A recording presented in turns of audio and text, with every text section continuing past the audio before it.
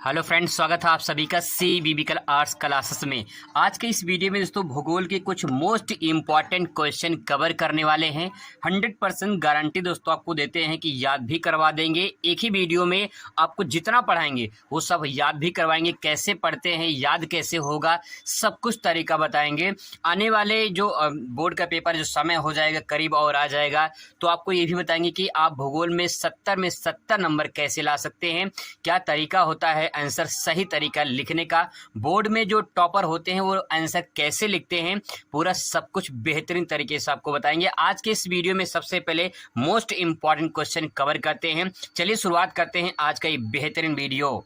दोस्तों आज का ये पहला प्रश्न यहाँ से शुरुआत करते हैं। प्रश्न है, उद्योगों की अवस्थिति या स्थानीयकरण को प्रभावित करने वाले कारकों की विवेचना कीजिए। ये क्वेश्चन अगर आपसे पूछता है एग्जाम में तो इसका आंसर कैसे लिखेंगे, मोस्ट इंपॉर्टेंट है। उद्योगों की अवस्थिति, अवस्थिति का मतलब ये होता है कि उद्योग जो स्थापित होते हैं एक स्थान से दूसरे स्थान पर, या किसी भी स्थान पे जो स्थापित होते हैं उसका जो है प्रभावित करने वाले कारक, यानी जो है कारक कौन से, कारक मतलब कारण कौन कौन से हैं कि उसको प्रभावित करते हैं। या स्थानीयकरण, जो भी उद्योग स्थापित करते हैं, स्थापित होते हैं एक स्थान से दूसरे स्थान पर या फिर किसी स्थान पर स्थापित होते हैं, तो उसको जो है प्रभावित करने वाले कौन कौन से कारक होते हैं, कारण होते हैं जिसके द्वारा वो उस स्थान पर जो है स्थापित होता है। फॉर एग्जाम्पल अगर मैं बात करूं, जैसे मान लीजिए यहाँ पे मान लेते हैं ये कोई मैदानी क्षेत्र है, ठीक है, ये मैदानी क्षेत्र है और इसको मान लेते हैं ये पठारी क्षेत्र है, ठीक है। तो मैदानी क्षेत्र में क्या होता है, मैदानी क्षेत्र में जनसंख्या ज़्यादा निवास करती है, पठारी क्षेत्र में जनसंख्या थोड़ा कम निवास करती है। मैदानी क्षेत्र में ज़मीन जो होता है वो थोड़ा महंगा मिलता है और जो पठारी क्षेत्र होते हैं ज़मीन यहाँ पे थोड़ा सस्ता मिलता है। अब यहाँ पे मान लीजिए कोई जो है उद्योग लगाना है, किसी भी कंपनी का जो है यहाँ पे व्यवसाय करना है, बिजनेस करना है किसी भी चीज़ का, तो यहाँ पे कंपनी स्थापित हो जाएगी, यहाँ पे जो है कंपनी लग जाएगी। अब जब यहाँ कंपनी लग जाएगी तो यहाँ पे क्या होगा, यहाँ पे ये कंपनी क्यों लगाई गई है उसके पीछे रीज़न क्या है, रीज़न को समझते हैं, कारण को समझते हैं। सबसे पहला पॉइंट ये होगा कच्चे माल की उपलब्धता।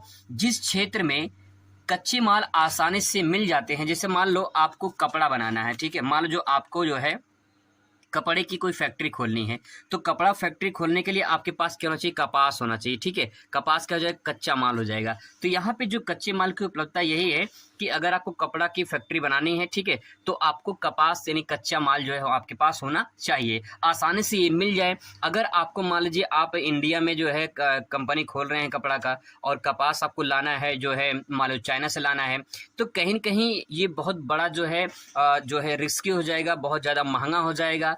तो सवाल ये है कि कंपनी वहीं लगाए जाते हैं जहां पे आसानी से कच्चे माल उपलब्ध हो जाए। इसीलिए आप इस बात को यहाँ पे ले सकते हैं कच्चे माल की उपलब्धता में कि प्रभावित करने वाले कारक में पहला पॉइंट हो जाए जहां पे जिस क्षेत्र में कच्चे माल आसानी से उपलब्ध हो जाते हैं वहां पे उद्योग स्थापित होते हैं। इसके बारे में 2-3 लाइन आप आराम से लिख सकते हैं। आई होप समझ में आपको आया होगा। अब यहाँ पे देखिए कुशल श्रमिक, कुशल श्रमिक का मतलब ये होता है जैसे मान लो मशीन चलानी है, तो मशीन चलाने के लिए कुशल श्रमिक चाहिए ना। अगर कोई नौसिखिया आदमी होगा तो मशीन खराब कर देगा, मशीन बिगड़ जाएगी, उत्पादन सही से हो नहीं पाएगा, तो कहीं न कहीं जो है प्रभावित होगा उससे, ठीक है। तो कुशल श्रमिक जहाँ पे अच्छे से मिल जाए और कहीं न कहीं जो है वो उसके काबिल हों, ठीक है, मशीन के चलाने के काबिल हों, तब जो है वहां पे उद्योग स्थानीयकरण जो आसानी से स्थापित होता है। शक्ति के साधन, जब कंपनी स्थापित होती है उस कंपनी में बड़ी बड़ी मशीनें होती हैं, उन मशीनों को चलाने के लिए विद्युत की आवश्यकता होती है। विद्युत का मतलब ये है कि शक्ति के साधन, तो शक्ति के साधन आसानी से उस क्षेत्र में उपलब्ध हों ताकि जो है उद्योग को संचालित किया जा सके। अगर शक्ति के साधन नहीं रहेंगे तो उद्योग चल पाएगा, नहीं चल पाएगा। इसीलिए शक्ति का साधन का होना बहुत जरूरी है। तो कच्चे माल का होना जरूरी है, कुशल श्रमिक का होना जरूरी है, शक्ति के साधन का होना जरूरी है। अब बात यह है कि मान लीजिए जो आप सामान बना रहे हो, उद्योग कर रहे हो, जिस सामान बना रहे हैं उसको बाजार तक पहुंचाने में, बाजार तक बेचने में उसके जो है सुविधा होनी चाहिए। तो बाजार के निकटता होनी चाहिए। बाजार के निकटता होगी तो बहुत सारे ऐसे सामान होते हैं जो अल्पकाल के लिए होते हैं, कहीं की खराब हो जाते हैं, थोड़े समय के लिए बनाए जाते हैं। तो अगर जो है बाजार की निकटता होगी, बाजार जो है आसानी से उपलब्ध होंगे, तो कहीं न कहीं उस सामान को आसानी से बेचा जा सकता है। जैसे मान लो दुग्ध उत्पादन जो डेयरी उद्योग होता है, डेयरी जो उद्योग होता है, दूध जो है मान लीजिए 24 घंटे चलते हैं या फिर 48 घंटे चलते हैं, फिर इसके बाद कहीं कहीं खराब हो जाता है, तो उसको बाजार तक आसानी से पहुंचाया जा सके, ऐसा जो है डेयरी उद्योग वहां पे स्थापित होना चाहिए। इसके बाद दोस्तों यहाँ पे है परिवहन एवं संचार की सुविधा, यानी अगर आपको बाजार तक उस सामान को पहुंचाना है तो कहीं न कहीं परिवहन के साधन होना चाहिए, संचार की सुविधा होनी चाहिए। अगर कोई समस्या होती है तो कम्युनिकेशन संचार की सुविधा होनी चाहिए, ताकि जो है कोई भी समस्या है, मशीन कोई खराब हो गया तो उसके लिए जो है सूचना आसानी से पहुंचाया जा सके, ताकि जो है वो उद्योग अच्छे से संचालित हो सके। इस प्रकार से अगर आप सेंटेंस लिखेंगे तो आपको पूरा बेहतरीन नंबर मिलेगा। इसके बाद दोस्तों सरकार की नीति, सरकार की नीति है, सरकार की जो योजना है, सरकार की जो नीति, सरकार की जो पॉलिसी है, वो उस कंपनी के हक में होना चाहिए, कहीं कहीं कंपनी के फायदेमंद होना चाहिए। अगर सरकार जो है ज़्यादा टैक्स लगा देगी तो उद्योग कहीं कहीं महंगा हो जाएगा, जो भी सामान बनेगा। तो सरकार को जो है उसकी जो नीति, उसकी जो पॉलिसी है, वो उद्योग को देख कर करना चाहिए। और होता भी ऐसे ही, सरकार की नीति अच्छी होगी तो उद्योग भी अच्छे तरीके से स्थापित हो जाएंगे। तो दोस्तों ये कुछ पॉइंट है जो इम्पोर्टेंट है, आप इस प्रकार से लिख के जो है इसको आप ले सकते हैं। 4 नंबर में ये सवाल पूछा जाएगा, बहुत ही मोस्ट इम्पॉर्टेंट, आप इसे एक बार जरूर तैयार कर लें। ये दोस्तों बहुत ही इंपॉर्टेंट क्वेश्चन है, आपके एग्जाम में लॉन्ग क्वेश्चन के रूप में पूछा जा सकता है। उद्योगों का वर्गीकरण कीजिए।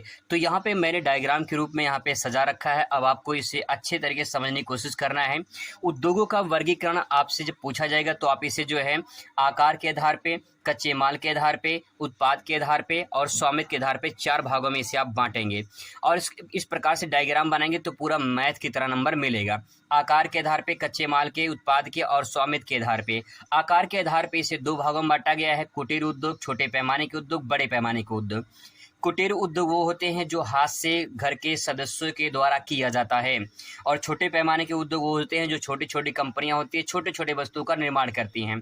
बड़े पैमाने के उद्योग वो होते हैं जो बड़ी बड़ी कंपनियां होती है, बड़े बड़े वस्तुओं का निर्माण करती है। इससे टाटा मोटर्स हो गया, हीरो हो गया, मारुति सुजुकी, बड़ी बड़ी कंपनियां हैं, बड़ी बड़ी गाड़ियों का निर्माण करती हैं।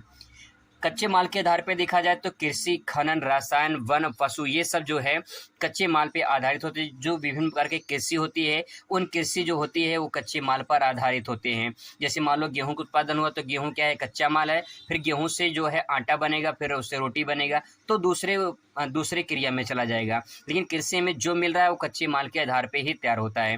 खनिज संसाधन जो हम खुदाई से प्राप्त करते हैं वो कहेंगे, इससे मान लो लौह अयस्क हो गया, मैग्नीज हो गया, जो है बहुत सारी खनिज होते हैं, कोयला, पेट्रोलियम, प्राकृतिक गैस, ये सब जो है ये खनिज हैं, तो कच्चे माल पर आधारित होते हैं। रसायन, वन, पशु, ये कहीं कहीं ये जो है कच्चे माल पर आधारित होते हैं। इसको थोड़ा और डिफाइन करते हैं तो दोस्तों खनिज जो होता है वो 2 प्रकार का होता है, धात्विक खनिज और अधात्विक खनिज।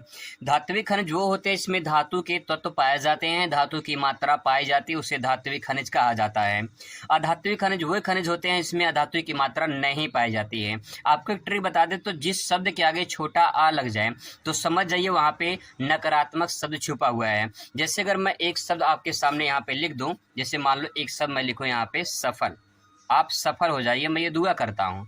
लेकिन अगर मैं इसके आगे छोटा लगा दूँ तो आप सफल असफल हो जाएंगे। असफल का मतलब यहाँ पे पास नहीं हुए हैं, तो ये नकारात्मक शब्द जोड़ देता है। तो जिस शब्द के आगे छोटा लग जाए समझ जाइए कि उस शब्द में नकारात्मक शब्द छुपा हुआ है। जैसे यहाँ पे धातु की मात्रा अगर पाई जाती है तो यहाँ पे छोटा लग गया है, इसका मतलब धातु की मात्रा यहाँ पे नहीं पाई जाती है। जो धात्विक होते हैं उसमें लौह और अलोह में बांट दिया जाता है। अगर मैं धात्विक खनिज की बात करूँ जिसमें जो अधात्विक खनिज है, जैसे कि इसमें क्या क्या आएगा तो संगमरमर, चूना पत्थर, बलुआ पत्थर और जो है ये सब जो है कहीं कहीं अधात्विक खनिज के अंतर्गत आते हैं। धात्विक खनिज को लौह और अलौह धातु में बांटा गया है। लौह का मतलब इसमें लोहे के अंश पाए जाते हैं, और अलौह मैंने अभी आपको बताया जिस शब्द के अगर छोटा लग जाए इसका मतलब नकारात्मक शब्द छुपा हुआ है। अगर यहाँ पे इसमें लोहे के अंश पाए जाते हैं तो इसमें लोहे के अंश नहीं पाए जाएंगे। इस प्रकार से डिवाइड करके इसकी परिभाषा आप लिखेंगे, पूरा नंबर आपको मिलेगा। इसके बाद दोस्तों बात करते हैं यहाँ पे अब उत्पाद के आधार पे, ये वाला पॉइंट देखेंगे उत्पाद के आधार पे। तो यहाँ पे देखिए मूलभूत आधार, जैसे लौह इस्पात है, उपभोक्ता सामान, ये उत्पाद के आधार पे इसको 2 भागों में बांटा गया है। एक चीज़ यहाँ पे मिस्टेक हो गया, छूट गया था, कृषि को भी इस प्रकार से बांटा गया है। चीनी, वस्त्र उद्योग, कॉफ़ी, चाय, रबड़, ये कृषि संबंधित है, तो इस प्रकार से इसको आप डिवाइड कर सकते हैं। इसके बाद दोस्तों यहाँ पे आता है आपका स्वामित्व के आधार पर। स्वामित्व के आधार पे सार्वजनिक, निजी और संयुक्त। स्वामित्व का होता है खुद का मालिक होना, तो सार्वजनिक में सरकार मालिक होती है, निजी में कोई प्राइवेट एक व्यक्ति मालिक होता है, और संयुक्त मतलब ये होता है जिसमें सरकार और निजी यानी प्राइवेट और गवर्नमेंट दोनों मालिक होते हैं, दोनों संस्था चलाते हैं, मिलकर चलाते हैं, तो उसे क्या कहते हैं, उसे कहते हैं संयुक्त। संयुक्त का मतलब कंबाइन होना।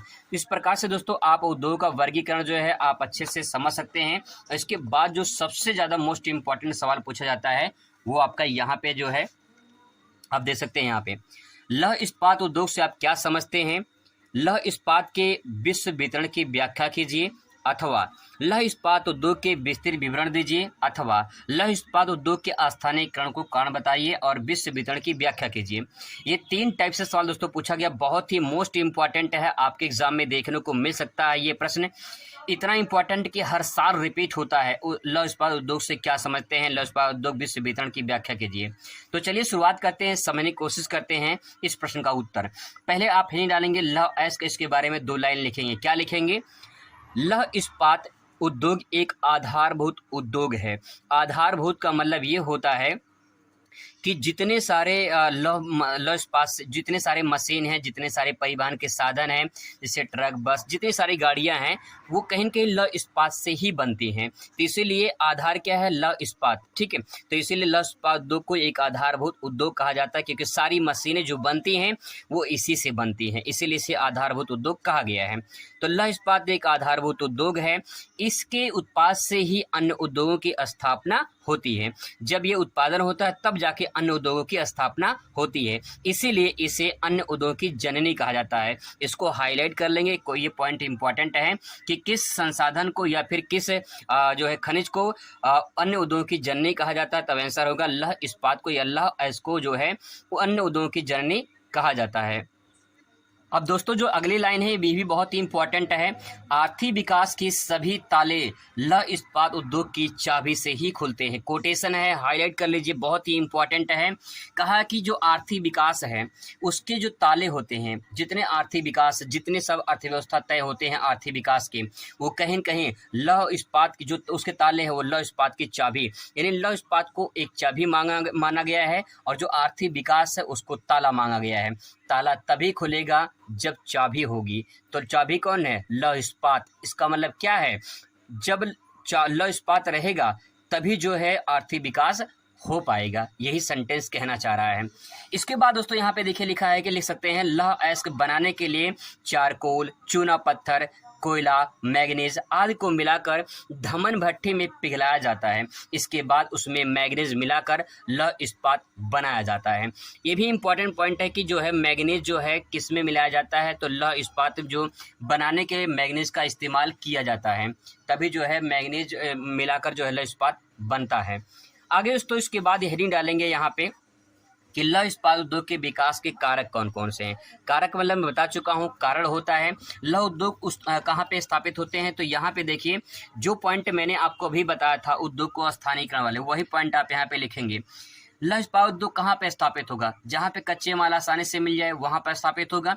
जहाँ कुशल श्रमिक और सस्ते श्रमिक मिल जाए वहाँ पे स्थापित होगा। बाजार की सुविधा होनी चाहिए वहाँ पे स्थापित होगा। सख्त के साधन होना चाहिए, परिवहन की सुविधा होना चाहिए, सरकार की नीति अच्छी होनी चाहिए। तो ये सारे पॉइंट जो मैंने अभी आपको पहले बताया था, यही सब पॉइंट इसमें भी आ जाएगा। तो आपको इसको एक बार याद कर लेंगे, 2 क्वेश्चन में आपका यहाँ पे आ जाएगा। अब दोस्तों बात करते हैं यहाँ पे विश्व वितरण की व्याख्या, यानी इसको समझने से आपको पहले यहाँ पे एक बात समझनी पड़ेगी कि इसे जो है विश्व वितरण में कहाँ कहाँ जो है इसको जो है इसका उत्पादन किया जाता है। तो देखिए संयुक्त राज्य अमेरिका, रूस, जापान, चीन, जर्मनी, भारत, ऐसे कुछ देश हैं जहाँ पे लौह इस्पात उद्योग जो है वितरण किया जाता है, मतलब उसके जो है उत्पादन होते हैं वहाँ पे मिलता है। अगर पहले बात करें संयुक्त राज्य अमेरिका की, तो शिकागो मिशिगन झील के किनारे बसा हुआ शिकागो शहर है। जल यातायात की सुविधा के लिए लौह इस्पात के एक महत्वपूर्ण क्षेत्र बन गया है। जैसे कि उसी के तट पर है इरी झील, इस क्षेत्र में जो है संयुक्त राज्य अमेरिका के लौह इस्पात जो है यहाँ पे मिलता है। तो दोस्तों यहाँ पे जो पॉइंट है संयुक्त राज्य अमेरिका में शिकागो और मिशिगन झील के किनारे लौह इस्पात का उत्पादन होता है। आप इस बात को यहाँ पे लिख सकते हैं। अब दोस्तों इसके बाद बात करते हैं यहाँ पे जापान की। जापान में देखिए यहाँ पे क्या पॉइंट ऐड कर सकते हैं। जैसे बात करें यहाँ पे जापान की, तो विश्व के द्वितीय इस्पात उत्पादक देश में जापान को रखा गया है। इसके प्रमुख क्षेत्र हैं नागासाकी, जो है हिरोशिमा, टोक्यो। ये कुछ क्षेत्र हैं जहाँ पे जापान में लौह इस्पात उद्योग के क्षेत्र हैं। नागासाकी, हिरोशिमा, आपने नाम सुना होगा इनका, जो कि द्वितीय विश्व युद्ध में जो है यहाँ पे परमाणु बम गिरा था अमेरिका ने। इसके बाद चीन में संघाई और चिचियांग जो है, ये कुछ क्षेत्र हैं जहाँ पे लौह इस्पात उत्पादन होता है। इसके बाद दोस्तों यहाँ पे भारत में झारखंड में जमशेदपुर, बोकारो, दुर्गापुर, भिलाई, राउरकेला, ये कुछ क्षेत्र हैं जहाँ पे जो है इसके उत्पादन होते हैं। अब दोस्तों ये बात ध्यान रखेंगे, अगर इस प्रकार से प्रश्न पूछता है विश्व वितरण के बारे में, तो आपको एक काम करना है, विश्व का एक छोटा सा मैप बनाना है। अगर आपको पूरा नंबर चाहिए, 6 नंबर में सवाल पूछा जाएगा। विश्व का एक मैप बनाना है और उसमें सारे देशों को दर्शाना है कुछ इस प्रकार से।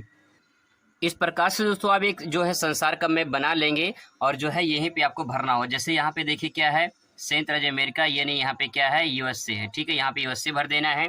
और ये रहा भारत, यहाँ पे भारत भर देनी है। ठीक है, इसके ऊपर यहाँ पे चीन है, यहाँ पे चीन भर देना है। यहाँ पे रूस है, यहाँ पे रूस भर देना है। और बगल में यहाँ पे है जापान, यहाँ जापान भर देना है। ठीक है, यहाँ पे जापान हो गया। इस प्रकार से आप इस प्रकार से भर देंगे, बस आपको इतना ही भर देंगे, आपको पूरा नंबर मैथ की तरह नंबर मिलेगा। अगली वीडियो में बात करेंगे सूती व उद्योग के, ये भी काफ़ी इंपॉर्टेंट है। इन दोनों प्रश्न में से एक क्वेश्चन हर साल बोर्ड में पूछा जाता है, मोस्ट इंपॉर्टेंट क्वेश्चन है, इसको भी तैयार करना है। मिलते हैं अगली वीडियो में। Next, thanks for watching.